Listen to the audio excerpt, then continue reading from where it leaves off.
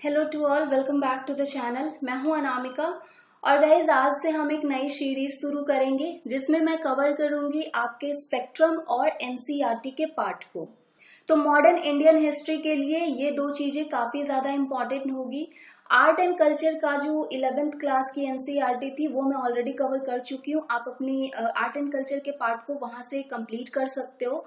और प्रीलिम्स और मेंस दोनों पॉइंट ऑफ व्यू से मैं यहाँ पे आपको एक्सप्लेनेशन दूंगी। जैसे ही हम कोई चैप्टर डिस्कस करेंगे तो मैं उस चैप्टर के मिडिल में ही या फिर एंड में मैं आपको एमसीक्यूज भी दूंगी ताकि आपको पता चलेगा कि किस तरीके से जो है क्वेश्चंस वो फ्रेम होते हैं।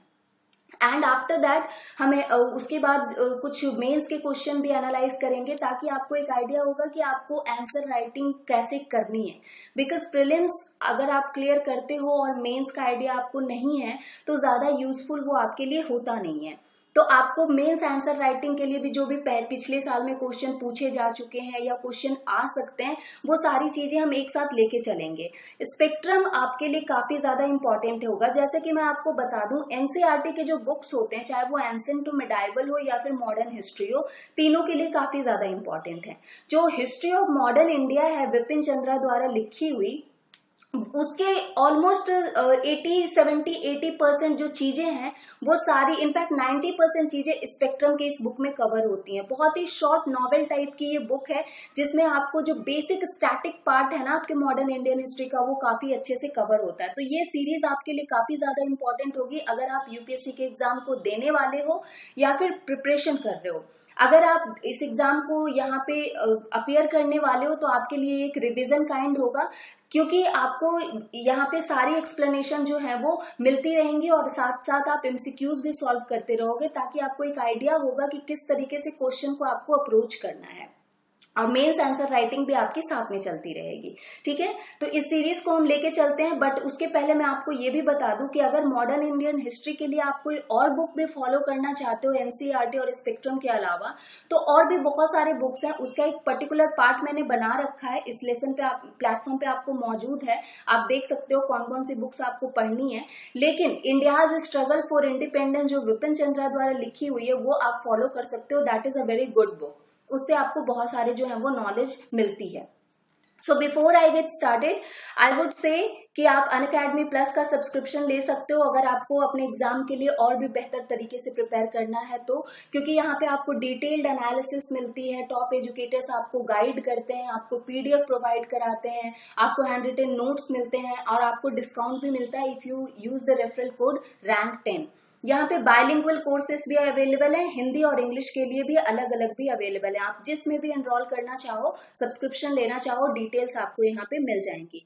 Do not forget to use the referral code rank 10 ताकि आपको वहां पे थोड़ा सा डिस्काउंट का बेनिफिट मिलता है। So let's get started. First of all हम क्या क्या कवर करने वाले हैं इस स्पेक्ट्रम के बुक से। तो इस स्पेक्ट्रम के बुक से हम बहुत सारी चीजें कवर करेंगे, जैसे कि sources for the history of modern India. मतलब हमें अपने इंडिया के बारे में, जो मॉडर्न इंडिया है हमारा, उसके बारे में, उसकी हिस्ट्री के बारे में हमें कहाँ कहाँ से चीजें पता चलती हैं, कौन कौन से सोर्सेस हैं, कौन कौन से मटेरियल्स हैं, वो सारी चीजें हम डिस्कस करेंगे जिसे आज मैं कंप्लीट करूंगी। बाकी फिर हम डिस्कस करेंगे जो यूरोपियंस का आगमन हुआ था या फिर जो कंसोलिडेशन हुआ था ब्रिटिश पावर का, जो एक नींव रखी गई थी ब्रिटिश पावर की इंडिया में, कैसे रखी गई थी, उसके क्या कॉन्सिक्वेंसेस थे, उसके क्या सिग्निफिकेंसेस थे, वो सारी चीजें हम डिस्कस करेंगे। फिर हम देखेंगे rising resentment against the company rule. मतलब कंपनी के रूल के खिलाफ जो प्रदर्शन होना शुरू हुआ था जिसमें कि सिपाही विद्रोह काफी ज्यादा इंपॉर्टेंट है, उसे हम डिस्कस करेंगे। रिफॉर्म मूवमेंट्स जो हमारे इंडिया में चलने शुरू हुए थे, बहुत बहुत अच्छी अच्छी रेनॉन जो पर्सनालिटीज थे उन्होंने एक मूवमेंट स्टार्ट किया था रिफॉर्म का, वो भी हम देखेंगे और उसके स्ट्रगल्स को भी देखेंगे, उनके स्ट्रगल्स को भी। फिर हम नेशनल मूवमेंट की बात करेंगे जो कि 1905 से 18 तक के पीरियड को कवर करेगा। और एरा ऑफ मास नेशनलिज्म जो कि बिगिन हुआ था 1919 से और रहा था 1939 तक, ऑलमोस्ट फर्स्ट वर्ल्ड वॉर तक ये चला था, उसे हम डिस्कस करेंगे। फर्स्ट वर्ल्ड वॉर के बाद की चीजें जो कि हमारे towards the freedom and partition तक जाती है, हमारे 1947 तक जाती है, वो चीजें भी हम डिस्कस करेंगे। और इस 1939 और 47 के बीच में जो जो चीजें इंपॉर्टेंट घटित हुई हैं क्रोनोलॉजिकल वे में हम उसे डिस्कस करेंगे। इंडिया अंडर ब्रिटिश रूल, उसकी गवर्नेंस कैसी थी जब इंडिया ब्रिटिश रूल के अंडर में था, उनके अदर एस्पेक्ट्स क्या क्या थे वो भी हम डिस्कस करेंगे। अदर एस्पेक्ट्स मतलब इकोनॉमिक कंडीशन कैसा था, socio economic condition, cultural, religious, ये सारी चीजें, और इंडिपेंडेंस के बाद कैसा सीन था इंडिया का, और जो इम्पोर्टेंट मूवमेंट्स हुए थे, चाहे वो किसानों के हों या फिर जो सिपाही विद्रोह हुआ वो हो, या फिर बहुत सारे जो जमींदारी प्रथा के खिलाफ और ये सारी चीजें हो रही थी, वो सारी चीजें हम डिस्कस करेंगे। और इन्हीं चैप्टर्स के मिड में मैं सारे जो एनसीईआरटी की चीजें हैं वो इंक्लूड करूंगी, ताकि आपको कुछ छूट ना जाए। जो भी इंपॉर्टेंट चीजें एनसीईआरटी से मुझे लेनी है वो सारी आपको यहीं पे मिलेंगी एट वन प्लेस। तो आपकी मॉडर्न इंडियन हिस्ट्री ये सीरीज आपकी पूरी कंप्लीट करेगी। आई होप आपके लिए ये बेनिफिशियल होगा। अगर आपके कुछ सवाल हो या कुछ भी आप सुझाव देना चाहो, कमेंट बॉक्स आपके लिए अवेलेबल है। कहीं पे भी आपको डिफिकल्टी फेस होती है, that also you can site in comment box. और भी कुछ आप पूछना चाहते हो, बताना चाहते हो, feel free to ask. Okay, let's get started. So sources for the history of modern India, क्या क्या सोर्सेस हैं? सबसे पहले तो जो आर्काइव मटेरियल्स हैं, जो कि हमारे कलेक्शन ऑफ हिस्टोरिकल रिकॉर्ड्स और डॉक्यूमेंट से डील करते हैं, उसमें सबसे ज्यादा जो इम्पोर्टेंट चीजें आपकी आती हैं वो सेंट्रल गवर्नमेंट की चीजें हैं। तो सेंट्रल गवर्नमेंट के पास भी हमारी ऐसे ऐसे रिकॉर्ड्स रखे हुए हैं, ऐसी ऐसी चीजें रखे हुए हैं जहां से हमें बहुत सारी चीजें पता चलती हैं। तो जो नेशनल आर्काइव ऑफ इंडिया है, जो कि न्यू दिल्ली में लोकेटेड है, वहां पे बहुत सारे ऐसे सोर्सेस हैं जो कि हमें जानकारियां देती हैं हमारे पास्ट के बारे में, हमारे मॉडर्न पास्ट के बारे में। James Rennell was the first surveyor general of Bengal in 1767। वहां से उनके द्वारा हमें बहुत सारे सोर्सेस और मटेरियल्स जो हैं वो प्राप्त हुए हैं। अगर आप स्टेट गवर्नमेंट के आर्काइव की बात करते हो तो डिफरेंट डिफरेंट स्टेट के पास डिफरेंट डिफरेंट सोर्सेस हैं, डिफरेंट डिफरेंट मटेरियल्स हैं, जिसमें से कि सबसे इंपॉर्टेंट जो है वो है आपका खालसा दरबार, जिसे किंगडम ऑफ लाहौर भी कहा जाता है। पॉपुलरली इसे खालसा दरबार कहा जाता है। वहां से हमें बहुत सारी चीजें पता चलती हैं। फिर जो ब्रिटिश गवर्नमेंट के अंदर में जो ब्रिटिश प्रोविंसेस थे, उनका रूलिंग कैसी थी, वहां से हमें पता चलती हैं चीजें। फिर जो प्रिंसली स्टेट्स थे जो कि इनकॉर्पोरेटेड थे इंडियन यूनियन आफ्टर 1947, वहां से भी हमें पता चलती हैं चीजें। जो फॉर्मर ब्रिटिश इंडियन प्रोविंसेस थे वो हमें काफी जानकारी देते हैं। फॉरेन एडमिनिस्ट्रेशन से हमें बहुत सारी चीजें पता चलती हैं। देन उसके बाद अगर आप राजस्थान स्टेट की बात करते हो तो जो बीकानेर हिस्ट्री है ऑफ प्रिंसली स्टेट, वो भी हमारे लिए एक बहुत ही महत्वपूर्ण सोर्स है। उसके बाद राजस्थान के अलावा अगर आप हिस्ट्री ऑफ डोगरा रूल की बात करते हो, जो कि 1847 में जम्मू एंड कश्मीर में था, वहां से भी हमें बहुत सारे मटेरियल्स, बहुत सारे सोर्सेस प्राप्त हुए हैं। एंड जो मिड पार्ट है इंडिया का, जैसे कि ग्वालियर, इंदौर और भोपाल, रीवा, मध्य प्रदेश के जो मध्य प्रदेश स्टेट के पास जो आर्काइव मटेरियल है वो भी हमें बहुत जानकारियां देते हैं। एंड ट्रवनकोर, कोचीन केरला में और मैसूर कर्नाटका में सदर्न पार्ट से भी हमें बहुत सारे जो मटेरियल्स हैं वो प्राप्त हुए हैं। और महाराष्ट्र कोल्हापुर का जो रीजन है वो भी हमें बहुत सारे मटेरियल्स की जानकारी देता है। उसके बाद आते हैं आपके आर्काइव ऑफ 3 प्रेसिडेंसीज। तो आपको पता है कि 3 प्रेसिडेंसी थे, बंगाल, मद्रास और बॉम्बे। इन 3 प्रेसिडेंसी में जो आपका अर्ली रिकॉर्ड था वो था आपका फोर्ट विलियम्स का बंगाल प्रेसिडेंसी, लेकिन वो हमने लॉस्ट कर दिया, वो हमने खो दिया।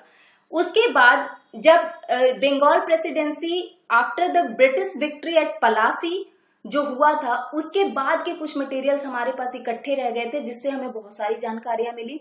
और जो रिकॉर्ड्स थे मद्रास प्रेसिडेंसी के, जो कि बिगिन हुए थे AD 1670 से, जिसमें बहुत सारे रिकॉर्ड्स ऑफ गवर्नर और council of Fort Saint George included है, वहां से भी हमें बहुत सारी जानकारियां मिलती हैं।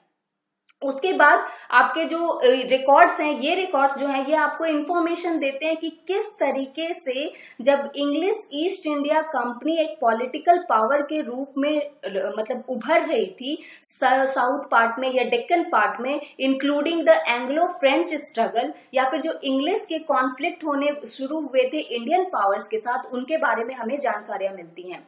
उसके बाद जो आर्काइव ऑफ बॉम्बे प्रेसिडेंसी है, जो कि महाराष्ट्र सेक्रेटेरिएट रिकॉर्ड ऑफिस में लोकेटेड है मुंबई में, वो काफी ज्यादा एक्सट्रीमली यूजफुल है हमारी हिस्ट्री ऑफ वेस्टर्न इंडिया को स्टडी करने में। जैसे कि महाराष्ट्र, गुजरात, बॉम्बे, या फिर सिंध, कन्नड़ स्पीकिंग डिस्ट्रिक्ट, ये सारे जो रीजन है, जिसमें से कि मैसूर का रीजन भी आप इंक्लूड कर सकते हो, उन चीजों के बारे में काफी ज्यादा हमें जानकारियां मिलती हैं। उसके बाद है आपका जुडिशियल रिकॉर्ड। जुडिशियल रिकॉर्ड में आपके ये आते कि जैसे जुडिशरी से रिलेटेड जितने भी रिकॉर्ड्स रखे गए थे वो किस तरीके से इसके बारे में बात करते थे। और सबसे ज्यादा इंपॉर्टेंट कि जो मेयर्स कोर्ट है फोर्ट सेंट जॉर्ज का, जो कि बिगिन हुआ था AD 1689 में, वो सबसे ज्यादा इंपॉर्टेंट आपका पार्ट होता है जुडिशियल रिकॉर्ड के मामले में। इसके अलावा मतलब ये इन 4 मेन हमारे आर्काइव मटेरियल के अलावा भी बहुत सारी चीजें हैं जो हमारे पास मौजूद हैं, जो हमें जानकारियां देते हैं, जिसमें से कि पब्लिश्ड आर्काइव भी हैं। मोस्ट सिग्निफिकेंट जो आर्काइवल पब्लिकेशन हुए थे वो हुए थे पार्लियामेंट्री पेपर्स के, जिनमें बहुत सारे रिकॉर्ड्स आपको मिलेंगे ईस्ट इंडिया कंपनी के, और जो भी गवर्नमेंट ऑफ इंडिया जब क्राउन के अंडर में थी तो क्या चीजें थी, वहां से हमें बहुत सारी चीजें प्राप्त होती हैं। जैसे कि जो भी कमीशन कॉन्स्टिट्यूट किए गए थे, जो भी सब्जेक्ट्स ऐड किए गए थे, चाहे वो एजुकेशन को लेके हो, सिविल रिफॉर्म को लेके हो, या फिर फेमाइन के लिए जो भी चीजें उन लोगों ने लाई थी, या फिर पार्लियामेंट्री डिबेट होता था, प्रोविंशियल लेजिस्लेचर या फिर इंडियन लेजिस्लेचर के लिए प्रोसीडिंग होती थी, वहां से हमें बहुत सारी चीजें जो है वो प्राप्त होती हैं। ये तो हुए पब्लिक आर्काइव। प्राइवेट आर्काइव में क्या है, आपके पेपर्स और डॉक्यूमेंट्स जो पर्टिकुलर फैमिलीज ने इकट्ठे करके रखे, किसी इंडिविजुअल ने इकट्ठे करके रखे, वो भी हमारे लिए एक डेवलपमेंट कैसे हुआ मॉडर्न इंडिया का, उसके लिए हमें जानकारी देता है। और इनमें से बहुत सारे जो आपके एमिनेंट लीडर्स थे, जिन्होंने नेशनल मूवमेंट में पार्टिसिपेट किया था, जिन्होंने नेशनल जो ऑर्गेनाइजेशन थे उनमें उनके मेंबर्स रह चुके थे, चाहे वो INC हो, इंडियन नेशनल कांग्रेस हो, या फिर नेहरू मेमोरियल म्यूजियम, और या फिर लाइब्रेरी जो कि न्यू दिल्ली में था, या फिर जो बैंक्स थे या बिजनेस हाउसेस थे, उनसे रिलेटेड जो पर्सनालिटीज थे, उन्होंने अपने जो मटेरियल्स इकट्ठे करके रखे, वो भी हमें काफी ज्यादा जानकारी देते हैं। उसके बाद आर्काइव सोर्सेस अवेलेबल अब्रॉड, मतलब जो फॉरेन रिपोजिटरीज हैं, जिसमें से कि आपके इंपॉर्टेंट होंगे इंग्लैंड के इंडिया ऑफिस रिकॉर्ड, वहां पे जो लोकेटेड है लंदन में, वहां से हमें जानकारियां मिलती हैं, या फिर जो ब्रिटिश म्यूजियम में रिकॉर्ड रखे गए हैं वहां से भी हमें जानकारियां जो है वो मिलती हैं। आपके जो हिस्टोरिकल मटेरियल्स थे जो रिलेट करते थे आपके हिस्ट्री ऑफ मॉडर्न इंडिया से, वो हमें इंपेरियलिस्ट पावर या फिर जो रूल हो रहे थे, जो डिफरेंट इंडियन सब कॉन्टिनेंट का जो पार्ट जो ब्रिटिश इंडिया के अंडर रूल हो रहा था, वहां के बहुत सारी चीजें हमें जो है प्राप्त होती है ये इंग्लैंड के इंडिया ऑफिस रिकॉर्ड लंदन से। और भी अगर आप चीजों की बात करते हो तो यहाँ पे आपको ये भी चीजें देखने को मिलेंगी कि जैसे जो इंडियन ऑफिस रिकॉर्ड था उसमें बहुत सारे डॉक्यूमेंट्स थे, जैसे कि आपके general court of east India company, या फिर जो वेरियस कमेटी जो कॉन्स्टिट्यूट की गई थी, टाइम टू टाइम जो कमेटी बनाते थे ये ब्रिटिश गवर्नमेंट, वो भी हमें पता चलता था। या फिर जो बोर्ड ऑफ कंट्रोल या कोर्ट ऑफ डायरेक्टर या board of commissioner for the affairs of India के लिए वो लोग लाते थे, या फिर जो वो लोग मतलब सेक्रेटरी ऑफ स्टेट या इंडियन काउंसिल का गठन करते थे, इन सब चीजों से हमें बहुत सारी चीजें प्राप्त मतलब जानकारियां मिलती हैं कि किस तरीके से जो है कार्य प्रणाली ब्रिटिश इंडिया की चल रही थी इंडिया में। तो ये मॉडर्न हिस्ट्री का एक काफी ज्यादा पार्ट है। उसके बाद एक मिशनरी सोसाइटी जो कि church missionary society of London है, उन्होंने भी हमें ये बताया है कि जो एजुकेशनल या फिर सोशल डेवलपमेंट जो इंडिपेंडेंस के पहले इंडिया में हुआ था वो किस तरीके से एक बेस बना हमारे लिए, किस तरीके से वो हेल्पफुल हुआ। क्योंकि ब्रिटिशर्स ने भले ही हम पे रूल किया, लेकिन बहुत सारी चीजें हैं जो एजुकेशन के मामले में या फिर सोशल डेवलपमेंट के मामले में उन्होंने हेल्प भी करी थी हमारी, तो वहां से भी हमारे पास ये सोर्सेज जो है वो अवेलेबल हैं। उसके बाद आपके जो नेशनल आर्काइव नेशनल है पेरिस में, या फिर French ministry of foreign affairs, और ये सारी चीजें जो हैं वहां से भी हमें काफी ज्यादा जो है वो जानकारियां मिलती हैं। उसके बाद आपके बायोग्राफिक मेमोयर्स और ट्रैवल अकाउंट।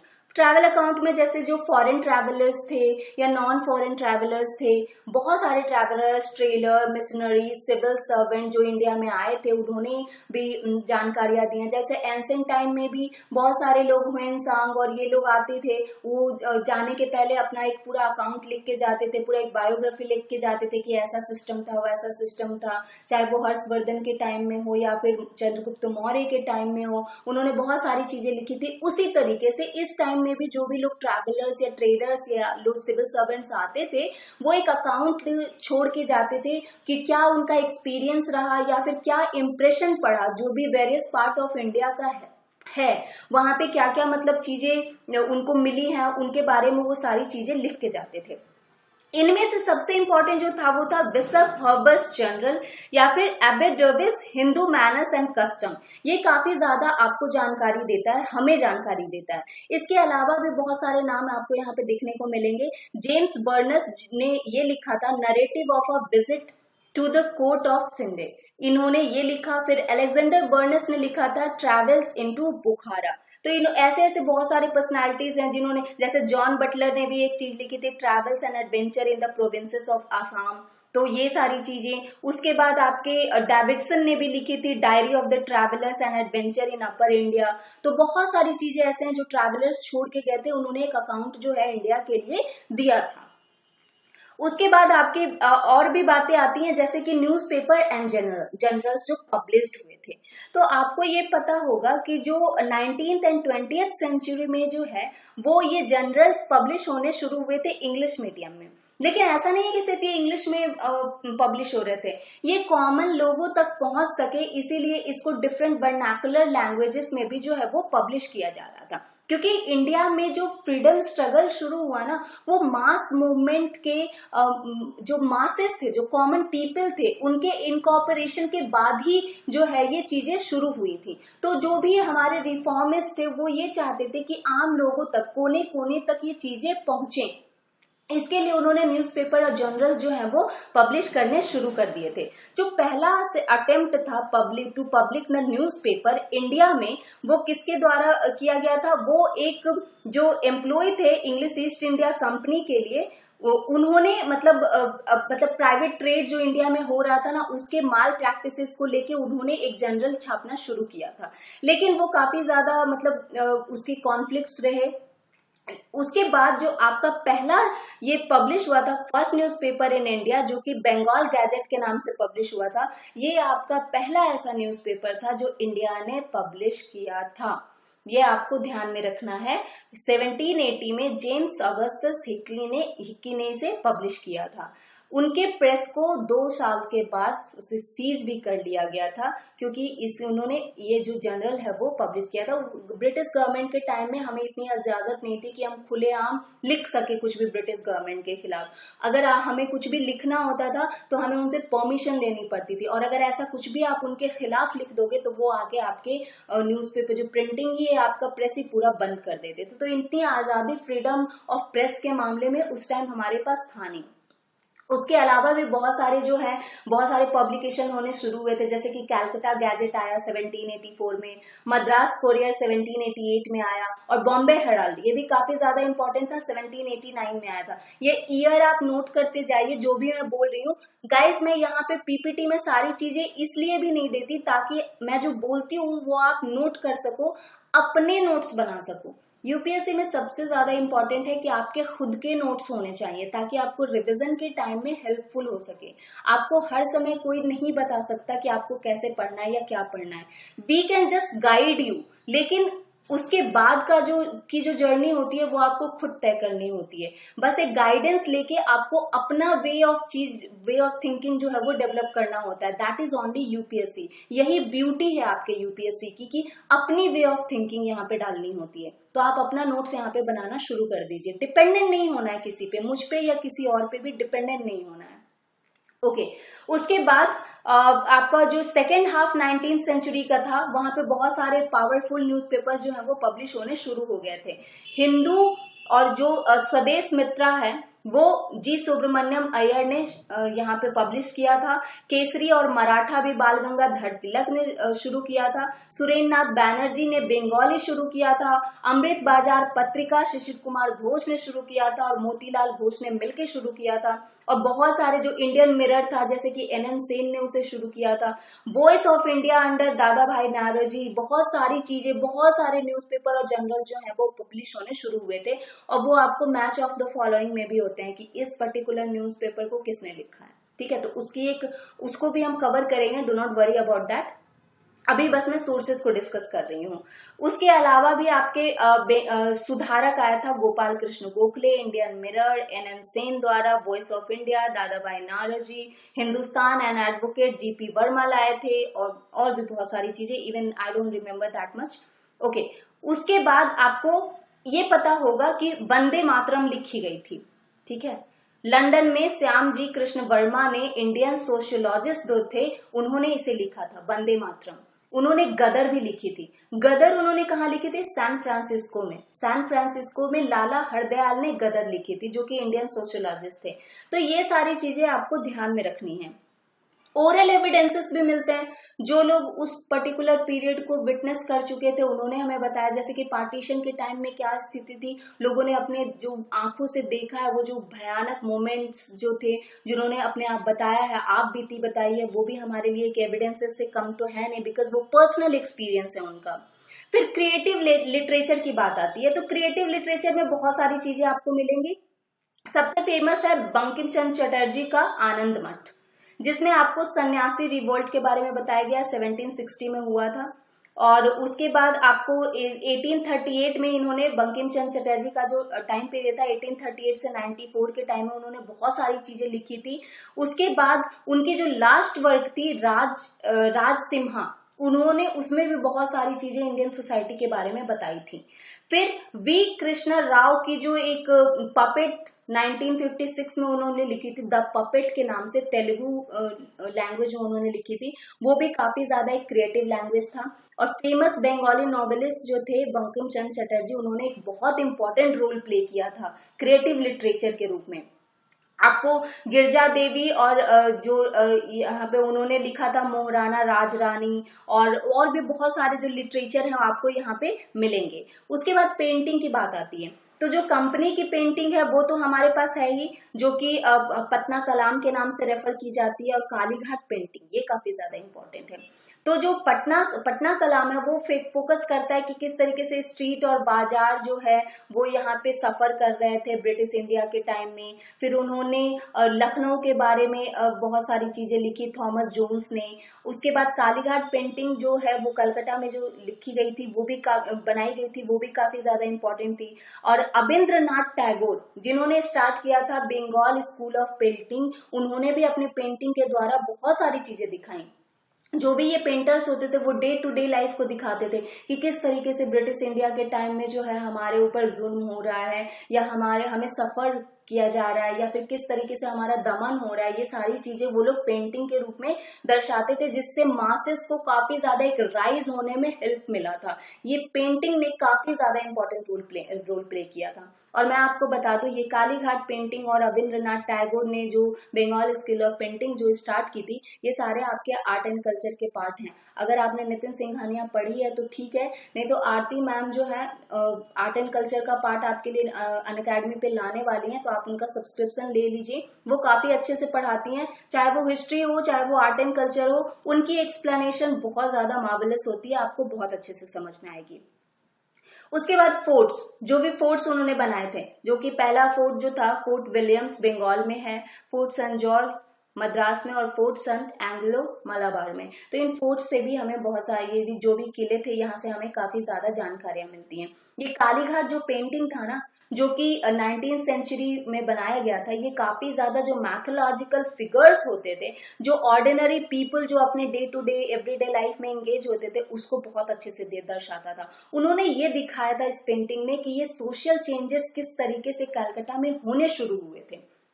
उन्होंने ये भी इस पेंटिंग के माध्यम से दिखाया था, कमेंट किया था कि उस समय सोशल एविल कितने चरम सीमा पे था। और उन्होंने ये भी दिखाया था कि किस तरीके से लोगों में जो है टाइम टू टाइम एक भावना बदलती हुई नजर आ रही थी। 19th सेंचुरी जब लास्ट डेकेड चल रहा था ना, तो आर्ट मूवमेंट आप कह सकते हो कि इमर्ज होना शुरू हो गया था, जिन्होंने एक जो नेशनलिज्म इन इंडिया की अगर आप बात करते हो ना, तो ये आर्ट मूवमेंट भी एक पार्ट हो सकता है। सिर्फ फ्रीडम मूवमेंट नहीं होते हैं, स्ट्रगल मूवमेंट नहीं होते हैं, आर्ट मूवमेंट भी काफी ज्यादा इंपॉर्टेंट रोल प्ले करता है। बहुत सारे आर्टिस्ट थे, नंदलाल बोस थे, Raja Ravi Varma famous, very famous Raja Ravi Varma ने अपने अपने पेंटिंग में ऐसी ऐसी पेंटिंग करी है उन्होंने कि आप देखोगे तो दंग रह जाओगे। इनफैक्ट आप गूगल कर सकते हो, उनके बहुत सारे पेंटिंग्स जो हैं वो उनको बहुत सारे अवार्ड से भी नवाजा गया है। तो जब बंगाल स्कूल जो रविंद्रनाथ टैगोर ने जब बनाया था, वो नेफ्यू थे, मैं बता दूं रविंद्रनाथ टैगोर के वो नेफ्यू थे, उन्होंने भी अपने आर्ट ऑफ स्कूल में बहुत सारी चीजें जो है वो डे टू डे लाइफ की बनानी दिखानी शुरू कर दी थी। तो इस तरीके से इनके लिए ये हेल्पफुल था, काफी ज्यादा इंपॉर्टेंट था।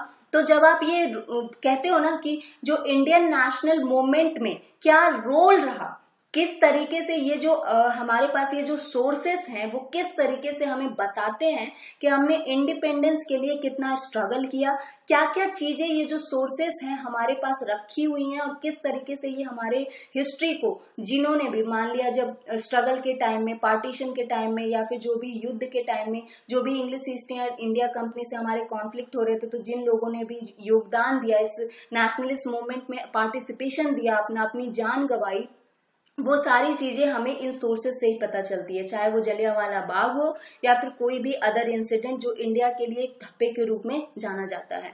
तो ये सारी चीजें आपको मालूम होनी चाहिए। और अगले लेसन में हम डिस्कस करेंगे कि यूरोपियन का आगमन कैसे हुआ और उनके आने के बाद जो है किस तरीके से इंडिया में चेंजेस आने शुरू हुए थे, उन्होंने किस तरीके से कंसोलिडेट किया अपने पावर को इंडिया में। इस लेसन से आप अगले लेसन से जरूर फॉलो कीजिएगा, क्योंकि बाकी की चीजें अब इंपॉर्टेंट होने जा रही हैं। कल से हम टू द पॉइंट बात करेंगे with MCQs, and at the end of the lesson I will also discuss the mains answer writing stuff. आपको ये पता चलेगा कि आपको मेंस आंसर राइटिंग के लिए किस तरीके से अपने आप को तैयार करना है। कुछ भी पूछना चाहते हो, बताना चाहते हो, comment box is available for you. It's Anamika signing off. Take care guys. Have a nice time. Bye bye.